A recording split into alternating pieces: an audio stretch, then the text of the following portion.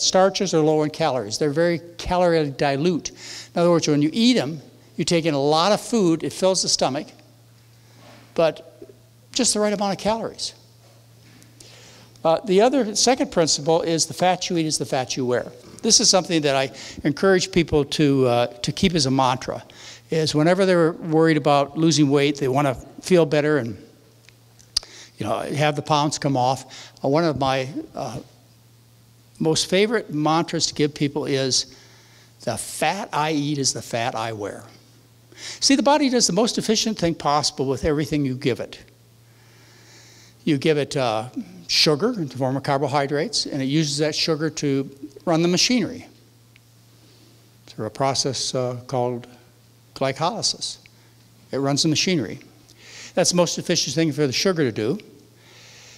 In the food is another source of calories, which is protein. What the body does with the protein is it takes a little bit, it repairs things, builds new things, and then it dumps the excess protein out of the body into the urine.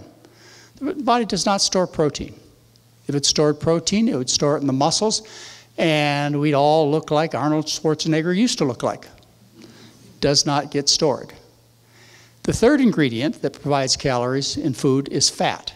The body does the most efficient thing possible with fat. It just moves it. It moves it from the fork and spoon to your abdominal fat stores. From my lips to my hips, the fat I eat is the fat I wear. Why would it do anything else? It's the storage dollar for when no food is available.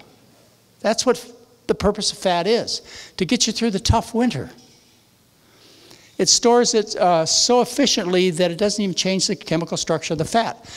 I can go up to you with a needle, suck some fat out of your abdomen, thigh, or buttocks, take it to the laboratory, have it analyzed, and I can tell what kind of fat you like to eat. If your body fat is full of trans fats, then you like Crisco and margarine, other trans fat foods. It just gets stored right in there as trans fat. If you happen to like cold water marine fish and I biopsy you, I'll find omega-3 fats. You like dairy, I'll find C15, C17 fats, characteristic. So the fat you eat is the fat you wear. Just effortlessly moves it in, stores it without any limit at all. You see people who will store 1,000 pounds of fat. And when they have to take them to the hospital, they do it with a forklift and a truck. So the fat you eat is the fat you wear. Now, when you eat extra sugar, let me tell you what happens to extra sugar. Because, a lot of you will want to eat. You'll want to eat a lot of food, which I encourage you to do. It's natural to eat. When you're hungry, you're supposed to eat. And you satisfy those sweet tasting taste buds, and your hunger gets satisfied. Well, what if you eat more starch or sugars than you need? What happens to that extra sugar? People are taught that what happens to sugar when you eat it, like rice or table sugar, they're taught what happens to the sugar is turned to fat, which then makes you fat.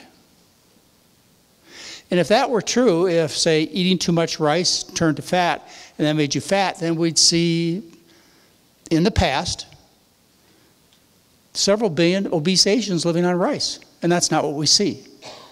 What happens to extra sugar when you eat more sugar or more calories and sugar than you need, sugar is a ring structure, a very stable chemical ring structure. That ring structure is burnt as heat calories or calories for fidgeting.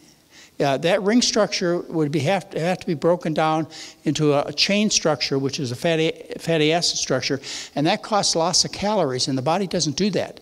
So the human body is very, very, very inefficient at making fat from sugar.